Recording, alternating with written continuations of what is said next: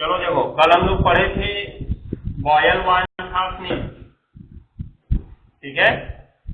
बॉयल-वान नियम से निष्कर्ष क्या निकला था कि पहले तो किसी विलयन का परासरण दाब जो होता है C के अनुक्रमानुपाती होता है। C अर्थात सांद्रता किस पद में, मोलरता के पदों में। यहाँ पे याद रखना, अब आगे हम कहीं भी C प्रयोग करेंगे तो सांद्रता के तो बहुत सारे प्रकार पड़े हैं, लेकिन अगर C का अर्थ पूछा तो मोलरता ही बताना है, ध्यान में रखते रहना। अभी यहाँ पे C मिल रहा है, फिर आगे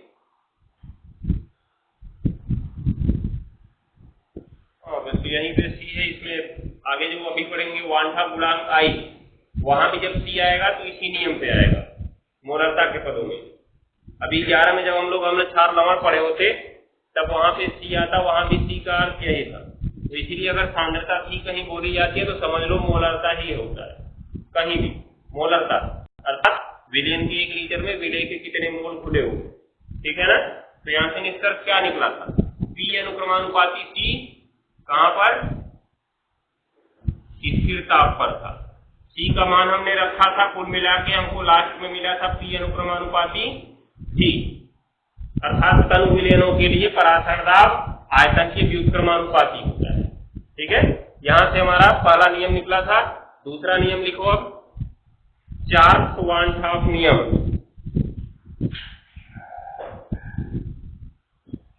चार्ल्स-वान-टॉप नियम, जैसे बायल-चार्ल्स नियम गैसीय नियम में होता है वैसे इसमें भी है। इसको वान-टॉप ने दिया था तो सामने अपना नाम लगा दिए वान-टॉप, हो गया। चार्ल्स-वान-टॉप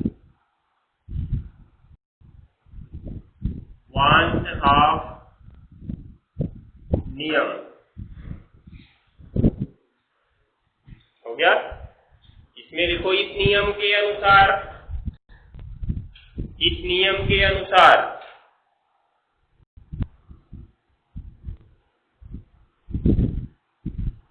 स्थिर सांद्रता पर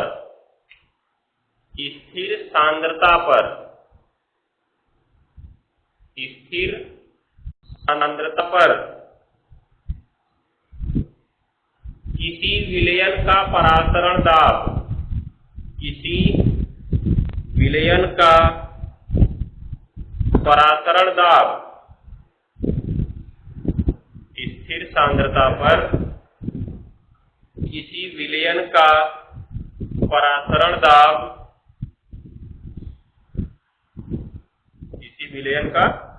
परासरण दाब, कोष्ठक में लिखना P, विलयन के परम ताप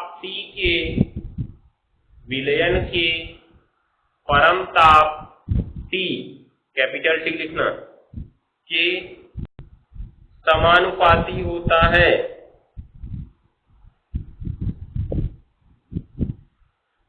परम ताप T के समानुपाती होता है, हो गया ना। अब देखो, पहला नियम स्थिर ताप पर काम किया तो दाब और सांद्रता में संबंध बताया। इस बार का नियम स्थिर सांद्रता पर कार्य कर रहा है, तो किसमें संबंध बताएगा, सांद्रता स्थिर कर दिए तो ताप और किसमें संबंध बताएगा, ताप में संबंध बताएगा। तो सीधा सीधा इन्होंने क्या बताया, P अनुक्रमानुपाती T, जैसे चार्ल्स ने गैसों के लिए बताया था।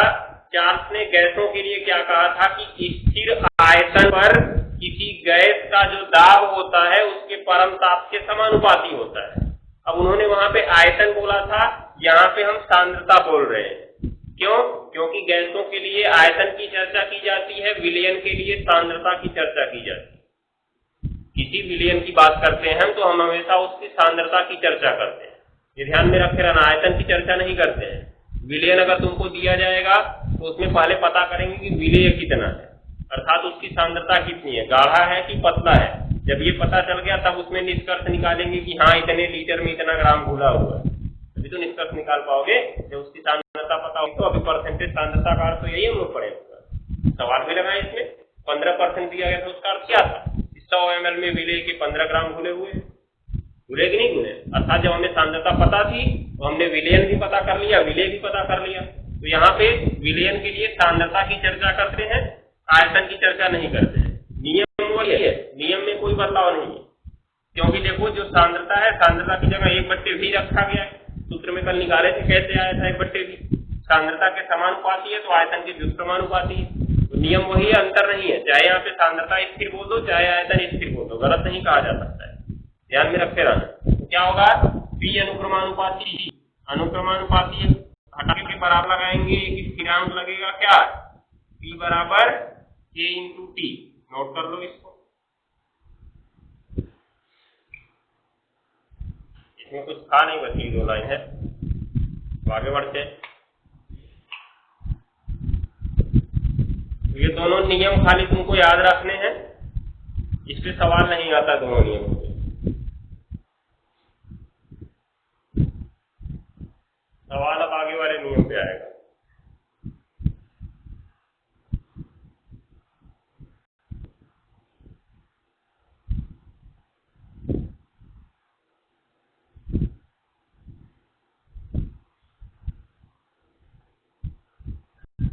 हो गया?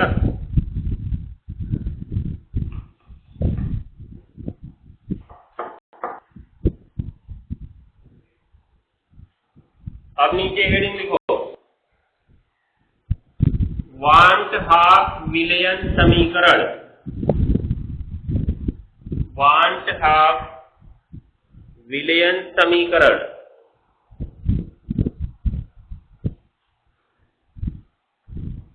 वांट हाफ विलयन समीकरण।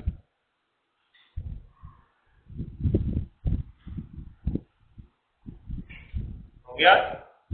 तो जैसे आदर्श गैस समीकरण बना था गैसों के लिए, तो आदर्श गैस समीकरण क्या बना था? पीवी बराबर एनआरटी। वो मिला के बना था बायल का नियम, चार्ल्स का नियम को मिला के बना था, और उसमें एक अवोगाद्रो का नियम भी जोड़ लिया गया था, जो यहाँ इसी सांद्रता में समाहित हो गया है। इसलिए हम यहाँ भी 2 नियमों का प्रयोग करके वांट हाफ विलयन समीकरण बनाए।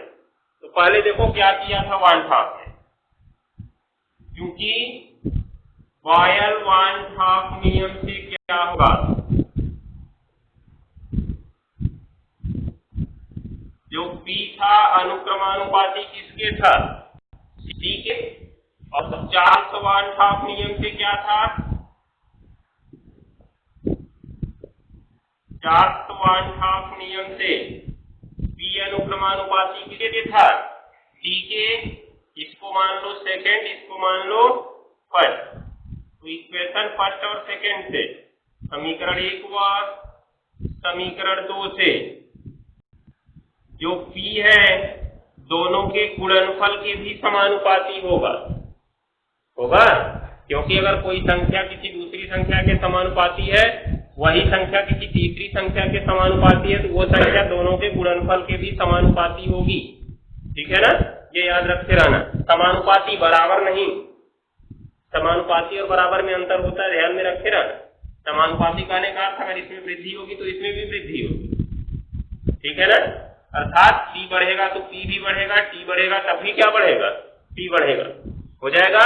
अब अनुक्रमानुपाती हटा के जैसे ही हम बराबर लगाते हैं तुरंत एक स्थिरांक लगता है, और वो स्थिरांक यहाँ पे होता है S।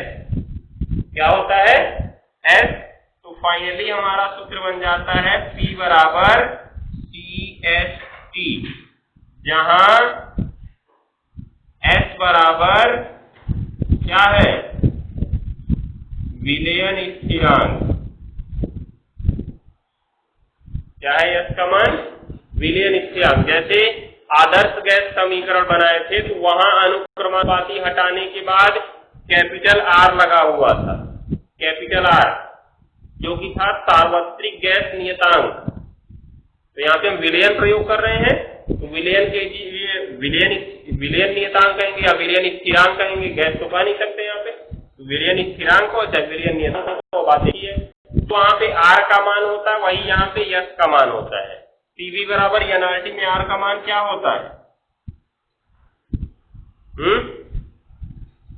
0.082 लीटर वायुमंडल पर केल्विन मोल, ये होता है R का मान। तो यही होगा S का भी मान, दोनों की कोई अंतर नहीं होगा। जो वहां गैस के लिए सार्वत्रिक गैस स्थिरांक का मान था, वही यहाँ विलयन के लिए विलयन स्थिरांक का मान होगा। ठीक है ना? पहले इतना नोट करो, यहां से सूत्र निकालो, तब इसकी चर्चा की जाए, फिर सवाल पढ़ें इस पे हम लोग।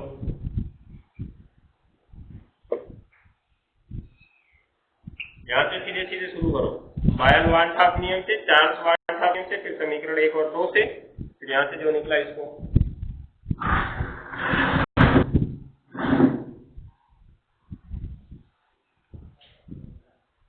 हो गया? अब इसमें नीचे लिखो, ये लिखे जहां यस बराबर विलयन स्थिरांक, इसी के आगे लिखना जिसका मान सार्वत्रिक गैस स्थिरांक, जिसका मान सार्वत्रिक गैस स्थिरांक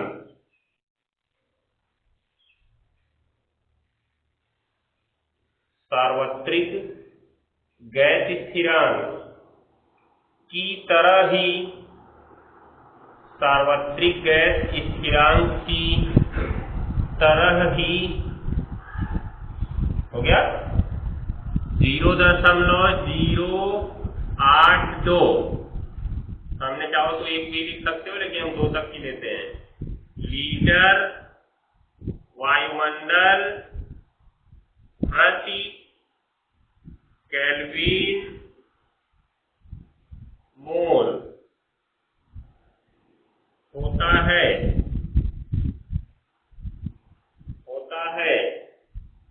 लीटर वायुमंडल प्रति केल्विन मोल होता है। हो गया ना?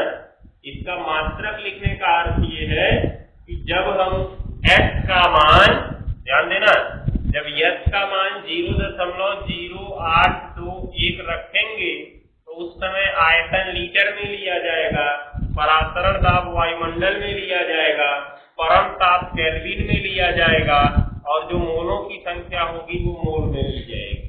ठीक है, ये याद रखते रहना। अभी आगे लिखो, जबकि MKS पद्धति में इसका मान,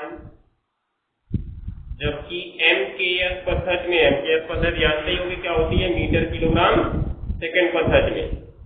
MKS पद्धति में इसका मान 8.314 जूल प्रति केल्विन मोल, 8.314 जूल प्रति केल्विन मोल। हो गया ना?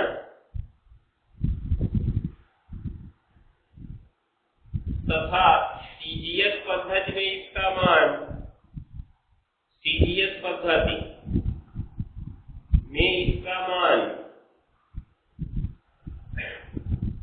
CGS पद्धति में इसका मान, अब देखो ये जो केल्विन और मोल है, इसको चाहे जिस पद्धति में रखो ये वही रहते हैं।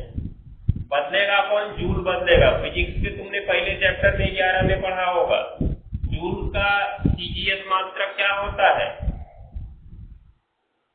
MKS पद्धति में जूल होता है, जब उसका CGS में परिवर्तन कराया होगा सवाल में तुम लोग को, क्या बताया गया होगा? न्यूटन का होता है। नहीं याद आया तुमको? पहले जूल का CGS पद्धति अर्घ होता है, और 1 जूल बराबर 10 की घात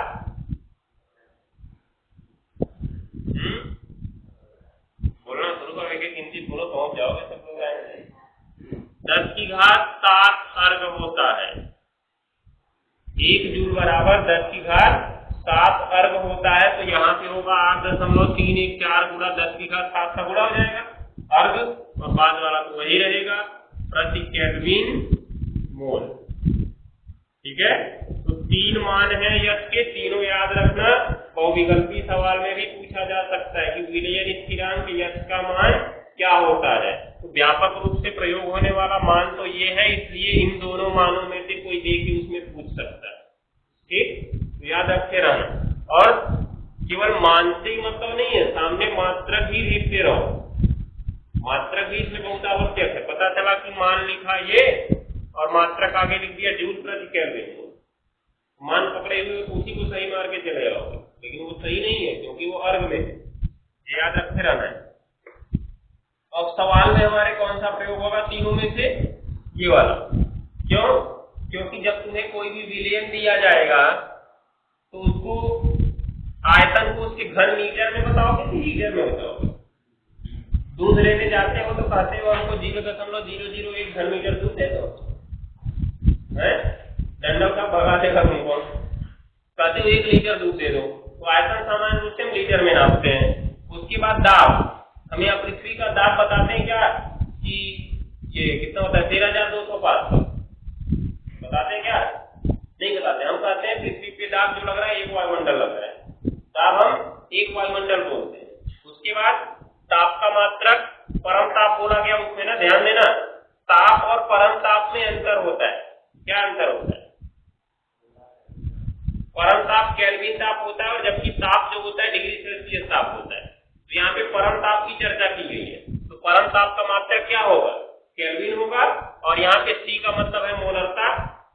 मोलरता का सूत्र क्या होता है? विलय की मोलों की संख्या बट्टे विलयन का आयतन लीटर में, मोलरता के संबंध में यहाँ पे मोल आ गया, समझ गए? तो सामान्य रूप से इसमें कौन सा मान प्रयोग होगा? 0.082 ही प्रयोग होगा, लेकिन कभी कभी सवाल को घुमाने के लिए ये वाला प्रयोग करता है। क्यों? क्योंकि वहां पे आयतन लीटर की जगह मीटर क्यूब में दे देगा या घन मीटर में दे देगा, और उस समय तब हमारा जो क्या बोलते हैं पदार्थ की मात्रा है वो किग्रा में रखी जाएगी। किसमें रखी जाएगी? किग्रा में। क्यों? तब ग्राम में नहीं रख सकते हो, क्योंकि एमपीएस पद्धति में मीटर किलोग्राम सेकेंड द्रव्यमान का मात्रा किसमें होता है? किलोग्राम में होता है। तो अगर एमपीएस पद्धति में रखना होगा तो द्रव्यमान को वहां किलोग्राम में बदलना पड़ेगा। इसीलिए सवाल ध्यान से देख लेना किस मात्रक में दे रहा है। सामान्य रूप से तो सवाल तुमको इसी मात्रक में पूछा जाएगा, ये वाले में, इसीलिए इसको रटे रहो। वैसे तीनों मान याद रखो, पूछ सकता है बहुविकल्पी सवाल में। इंपॉर्टेंट है कि विलयन स्थिरांक सार्वत्रिक गैस स्थिरांक की तरह हो गया। तो ये तीनों मान इसके हो गए। अब यहां से एक फॉर्मूला भी हमारा बन सकता है। देखो, एक सिंगल इंडिकेट पॉइंट पे आ जाओ नीचे। सिंगल इंडिकेट पॉइंट क्या लिखेंगे? क्योंकि P बराबर क्या है? CST। अब इसमें C क्या था जी? मोलरता था ना। इसका सूत्र क्या बना था?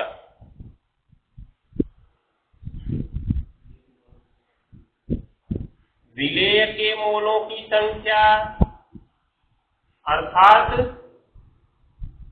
क्या मानेंगे उसको?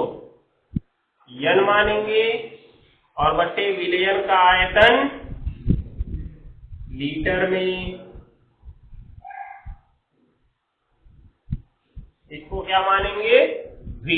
तो जहां C है उसकी जगह क्या रख सकते हो? N बट्टे V। तो P बराबर सूत्र बन गया N बट्टे V into S into T, या अगर कहे तो V इसकी साइड में आ जाएगा। PV बराबर क्या बन गया?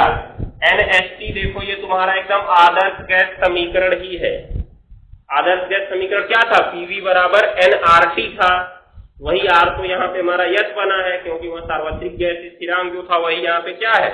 विलयन स्थिरांक है। तो दोनों सूत्रों में कोई परिवर्तन नहीं है, बस अंतर यही है विलयन के लिए होने के कारण इसमें शुरुआत पहले C से हुआ, और उसमें C हम नहीं लिए थे, क्योंकि गैसों के लिए सांद्रता की चर्चा नहीं करते हैं, सीधे आयतन की चर्चा करते हैं। इसलिए वहां पे डायरेक्ट ये सूत्र मिला था, इसमें एक पद के बाद ये फॉर्मूला मिला है। हो गया ना? अभी एक फॉर्मूला और मिलेगा, क्योंकि देखो मोलों की संख्या N का सूत्र क्या जानते हो? विलेय की ग्राम में मात्रा बट्टे विलेय का मोलर द्रव्यमान अर्थात N बराबर W बट्टे M। कक्षा 11 में सबसे पहला सूत्र यही पढ़े थे, N बराबर W बटे M, क्योंकि मोल संकल्पना की शुरुआत मोलों की संख्या से ही हुई थी। तो अब इसमें एक सूत्र और बन गया, Pv बराबर क्या, W बट्टे M HT। ठीक है, तो यहाँ पे 3 सूत्र मिले, तीनों 3 तरीके से प्रयोग होंगे। अगर सवाल में सीधे सीधे मोलरता दी गई तब इस सूत्र का प्रयोग करेंगे, सवाल में मोलरता न देके उसकी मोलों की संख्या दे दी गई तब इस सूत्र का प्रयोग करेंगे, और सवाल में मोलों की संख्या भी न देके विलेय की ग्राम में मात्रा दे दी गई तब इस सूत्र का प्रयोग करेंगे। समझ गए? तो साधारण सवाल क्या बनेगा, सर्वसाधारण सवाल विलेय की ग्राम में मात्रा ही देगा, अर्थात इन तीनों फॉर्मूलों में सबसे ज्यादा प्रयोग होने वाला फॉर्मूला Pv बराबर W बटे MHT। इसी को याद रखो, इससे तुम्हारा काम हो जाए। समझ गए? अब याद रखने मतलब इससे काम है, तो नहीं कि दोनों को याद मत रखो, पूछ लिया सूत्र ही तब क्या करोगे 1 नंबर में। परासरण दाब का सही सूत्र क्या है, क्योंकि 4 चीजें हैं इसमें अणुसंख्यक गुणधर्म में, चारों इंपॉर्टेंट है, सूत्र ही पूछा जा सकता है 1 नंबर में। समझ गए? तो इसको नोट कर लो इंडिकेट करके, यहां से 2 फॉर्मूले मिले, दोनों को ध्यान में रखना है।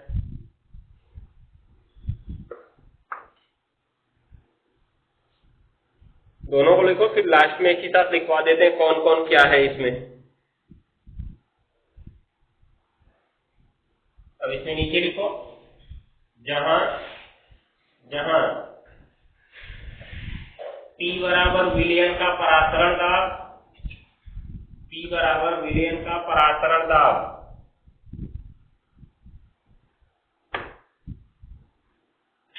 V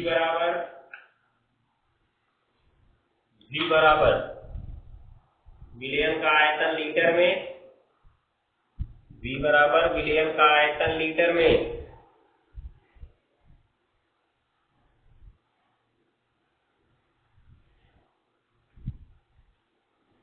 हो गया। फिर W बराबर विलेय की ग्राम में मात्रा, W बराबर विलेय की ग्राम में मात्रा, हो गया। M बराबर, M क्या है, विलेय का मोलर द्रव्यमान, निकालना तो बताइए कैसे निकलता है, विलेय का मोलर द्रव्यमान, हो गया। फिर S बराबर विलयन स्थिरांक, T बराबर परम ताप, T बराबर परम ताप, कोष्ठक में लिख देना केल्विन, हो गया। उसके बाद N बराबर लिखो, N बराबर विलेय के मोल, N बराबर विलेय के मोल, विलेय के मोल, और इसमें C भी आया ना पहले वाले में, C बराबर भी लिख लो, C बराबर विलयन की सांद्रता, C बराबर लिखोगे विलयन की सांद्रता, कोष्ठक में किस पदों में, मोलरता के पदों में, यहाँ पे याद रखना है, क्योंकि सांद्रता के तो कई प्रकार हम लोग पढ़े थे। अभी देखो सांद्रता कोष्ठक में मोलरता लिखने का हमको एक फायदा मिलेगा। अभी मान लो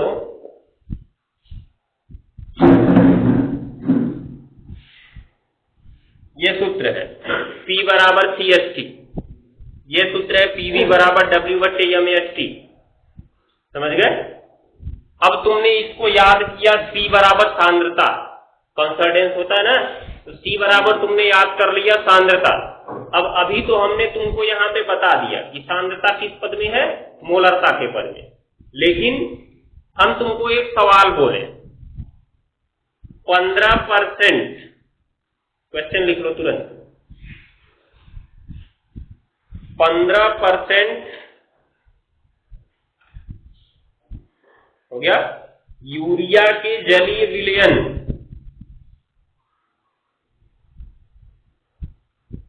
15% यूरिया के जलीय विलयन का 27 डिग्री सेल्सियस पर 27 डिग्री सेल्सियस पर परासरण दाब ज्ञात कीजिए। 27 डिग्री सेल्सियस पर परासरण दाब ज्ञात कीजिए। अब एक चीज सोचो, तुमसे कहा गया 15%, ये 15% क्या है? प्रतिशत में सांद्रता है ना। 15% का अर्थ है प्रतिशत में सांद्रता। समझो यहां पे ध्यान से, सांद्रता बोला उसको तो पहले तो हम क्या लिखेंगे, क्योंकि दिया है विलयन की सांद्रता बराबर कितना परसेंट? 15%। और ताप बराबर कितना दिया जी? 27 डिग्री सेल्सियस दिया। हमको इसको केल्विन में बदलना है ना, तो कितना जोड़ना होगा? 273। तो 27 में जोड़ो 273, कॉपी के सबसे ऊपर लिख लेना, भी लिखवा दे रहे हैं। 273 कुल मिला के कितना हो गया? 300 केल्विन। तो अब देखो सांद्रता दे दी गई है, सांद्रता को मान लो हम C से प्रदर्शित करते हैं। सांद्रता की इंग्लिश होती है कॉन्सर्डेंस, तो सांद्रता किससे प्रदर्शित होती है? C से। ताप T दे दिया गया, तुम्हें दिया गया ना, तो इनमें से कौन सा सूत्र तुम प्रयोग कर सकते हो? सांद्रता दी गई है और ये है और ये है, 3 सूत्र है ना, कौन सा प्रयोग करेंगे? ध्यान देना। अब यहां जिस हिसाब से तुमको यहाँ पे दिखाया गया, सांद्रता यहाँ पे हमने बोला ना, बोला कि नहीं बोला? तो सांद्रता तुमने समझा C, ताप तुमने समझा T, यश तो तुमको पता ही होता है स्थिरांक है, तो P बराबर लगा दिए CST, उत्तर प्राप्त हो गया। लेकिन हम कहते हैं पहला फॉर्मूला नहीं, तीसरा फॉर्मूला लगेगा। क्यों? क्योंकि बात को ध्यान से समझो। अभी यहीं पे दुविधा उत्पन्न हुई कि अगर हम तुमको C कोष्ठक में मोलरता के पदों में न लिखवाएं, तुम खाली लिखियो विलयन की सांद्रता, अभी के लिए तो जानते हो मोलरता के पदों में है, लेकिन तुमको पेपर 6 महीने बाद देना है। उस समय तक तुम्हारे दिमाग में हमारी बताई हुई सारी बातें नहीं रहेंगी, जो हम लिखवाए रहेंगे उसी के आधार पर तुम अपना तैयारी करो। तो वहां पे पढ़ोगे C बराबर विलयन की सांद्रता। अब देखोगे तो ये भी विलयन की सांद्रता दिख रही है, तो जल्दी जल्दी में यही सूत्र लगा दोगे। लेकिन बात को ध्यान से समझना, यहाँ पे जो सांद्रता दी गई किसमें सांद्रता है? प्रतिशत में सांद्रता है। और जबकि हमारे सूत्र की सांद्रता किस पद में है? मोलरता के पद में है। तो यहाँ पे कोष्ठक में लिखने से हमको फायदा मिलेगा कि जब भी पढ़ोगे तो पता चल जाएगा कि जो सांद्रता C है किस पद में लेनी है? मोलरता के पदों में लेनी। ठीक है ना? अर्थात अगर यहाँ पे मोलरता दी गई होती ना, तब डायरेक्ट ये फॉर्मूला लगता है। जैसे कहा गया होता कि उस विलयन की मोलरता 0.5 है, तब डायरेक्ट ये वाला हम सूत्र लगा सकते थे। ठीक है ना? ये अंतर अब याद रखना कि जब मोलरता दी जाएगी तभी इस फॉर्मूले का प्रयोग करोगे। अगर मोलरता नहीं दी गई तो इस फॉर्मूले का प्रयोग नहीं कर सकते हो। पहले उसको मोलरता में बदलोगे तब फॉर्मूले का प्रयोग करोगे। चाहे जो दिया गया है उससे ग्राम में मात्रा, मोलर, द्रव्यमान और आयतन निकाल के इसका प्रयोग कर लोगे, जो विस्तार से निकाला गया है। ठीक है? तो अब पहले तो हम इस 15% का अर्थ जानते हैं, जो कि हम लोग पीछे कर चुके हैं। क्या क्या होता है?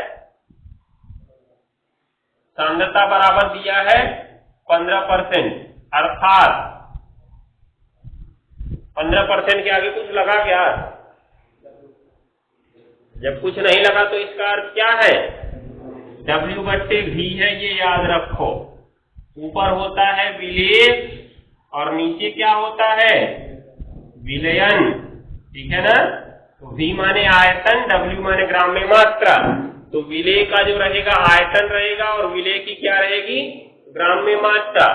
तो अर्थात विलयन का आयतन, विलयन का आयतन परसेंटेज तुम कितने पे निकालते हो? 100 पे। तो 100 ml रखोगे, क्योंकि 15% का अर्थ अगर तुम निकालो तो क्या आएगा? 15/100 ही तो आएगा। और इसको हमने रखा W/ किसमें? V में। V तुम्हारा आ गया 100, W कितना आ गया? 15, और इसमें आएगा 15 ग्राम में। तो विलेय की मात्रा, विलयन का आयतन बराबर 100 ml, तो विलेय की मात्रा W बराबर कितना जी? 15 ग्राम। अब इस 100 ml को अगर हम लीटर में बदलें तो 100 बट्टे कितना करेंगे? 1000 बराबर 1 बट्टे 10 लीटर आ गया ना, क्योंकि विलयन का आयतन कितने लेना है? लीटर में। तो विलयन का आयतन V बराबर, पहले तो 100 ml मानक था हमारा, 100 ml को हमने किसमें बदल दिया? लीटर में। हो गया। अब ताप भी पता है, W भी पता है, V भी पता है। क्या नहीं पता है? देखो W V, ताप T, F तो पता ही होता है, T हमको ज्ञात करना है। अभी क्या चाहिए? M चाहिए। क्या चाहिए? M माने मोलर द्रव्यमान। अब मोलर द्रव्यमान के लिए या तो सवाल में सीधे सीधे दिया गया हो कि विलेय का मोलर द्रव्यमान इतना है, लेकिन सवाल में तो ऐसा कुछ बताया ही नहीं है, इसलिए हमको विलेय पता होना चाहिए। क्या है विलेय? यहाँ पे यूरिया है ना, 15% यूरिया का जलीय विलयन। अब क्या करोगे? यूरिया, सूत्र है क्या इसका? NH2CO NH2 का मोलर द्रव्यमान। कैसे निकालते हैं जी? उसमें जितने परमाणु हैं सभी के परमाणु भारों का योग कर लेते हैं।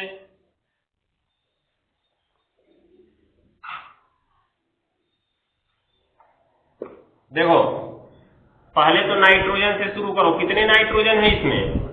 2 गुणे नाइट्रोजन का परमाणु भार प्लस हाइड्रोजन 4 को है तो 4 गुणे हाइड्रोजन का परमाणु भार प्लस कार्बन है, कार्बन का परमाणु भार प्लस ऑक्सीजन है तो ऑक्सीजन का, तो 2 गुणे नाइट्रोजन का 14, हाइड्रोजन का 4 गुणा 1, कार्बन का 12, ऑक्सीजन का 16। 14 दूनी 28, 4 और 16 12, 28 दूनी 56, 4 कितना? 60। ये मोलर द्रव्यमान किसके बराबर आया? M के बराबर आया। तो इसका मतलब हमको पता चल गया कि यहाँ पे पूरा विस्तार वाला सूत्र लगेगा। इससे पहले यहाँ पे हम विलयन स्थिरांक यश ही लिख लेते हैं। विलयन स्थिरांक यश बराबर कौन सा मान प्रयोग करेंगे? 0.082 लीटर एटीएम, एटीएम माने एटमॉस्फेयर अर्थात वायुमंडल, बटे अर्थात प्रति केल्विन, उसके बाद मोल। हो गया। तो अब सूत्र लगा लेंगे। इसलिए विलयन समीकरण से, इससे विलयन समीकरण से PV बराबर W बटे MHT का प्रयोग कर लेंगे, क्योंकि W पता है, M पता है, V पता है, S पता है, T पता है। ठीक है। क्या निकालना है हमको? P निकालना है, तो प्रयोग करके घर से निकाल लेना। हो जाएगा, नोट कर लो। तो इस तरह से सवाल तुमसे पूछा जा सकता है। घुमाने के लिए उसने 15% सांद्रता बता दी थी। अगर हम लोग जल्दी में सांद्रता सीज मान के उसको रख देते तो सवाल गलत हो जाता है। इसलिए 15% का पहले अर्थ निकालना पड़ेगा। याद रखे रहना। सांद्रता कब सीधे प्रयोग कर सकते हो? जब किस पद में दी गई? मोलरता के पद में दी गई हो, अर्थात वहां पे मोलरता दिया गया हो तभी उसका प्रयोग कर सकते हो। जैसा भी एक सवाल हम घर के लिए बोलते हैं, रफ में करके आना उसको। सवाल लिख लो घर के लिए, तब इसको नोट करते रहना। घर के लिए सवाल लिखो। 0.1 m, 0.1 m NaOH विलयन, 0.1 m NaOH विलयन, यम रहेगा कैपिटल यम, मतलब मोलरता। ध्यान से समझ रहे ना, कैपिटल एम लगाना है। 0.1 m NaOH विलयन हो गया का 27 डिग्री सेल्सियस पर परासरण दाब ज्ञात करो। अब 27 डिग्री सेल्सियस इसलिए बोल रहे हैं कि जोड़ने के बाद हमारा 300 आ जाएगा, जिससे गुणा भाग आसान हो जाएगा।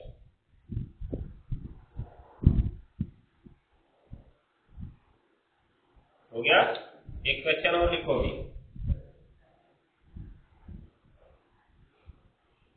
लिखो, किसी विलयन के 750 ml में, किसी विलयन के 750 ml में 750 50 ml में हो गया सोडियम कार्बोनेट के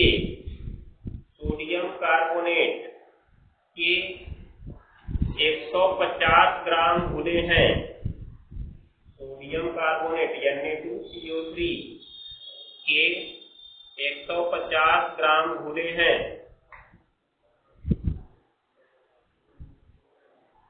हो गया 27 डिग्री सेल्सियस पर विलयन का परासरण दाब ज्ञात करो। विलयन का परासरण दाब ज्ञात करो। हो गया। तो इस टाइप के सवाल तुमसे एग्जाम में पूछे जा सकते हैं, या तो परसेंटेज वाला दे के पूछेगा, सामान्य रूप से समझो यही पूछा जाएगा। ये जो सवाल बोले हैं 2 से 3 बार एग्जाम में पूछा गया है यही सवाल, ध्यान दिए रहना, क्योंकि इसमें थोड़ा सा बदलना पड़ रहा है, इसलिए इसको पूछने की संभावना ज्यादा है। नोट कर लो, बाकी चीजें कल होंगी।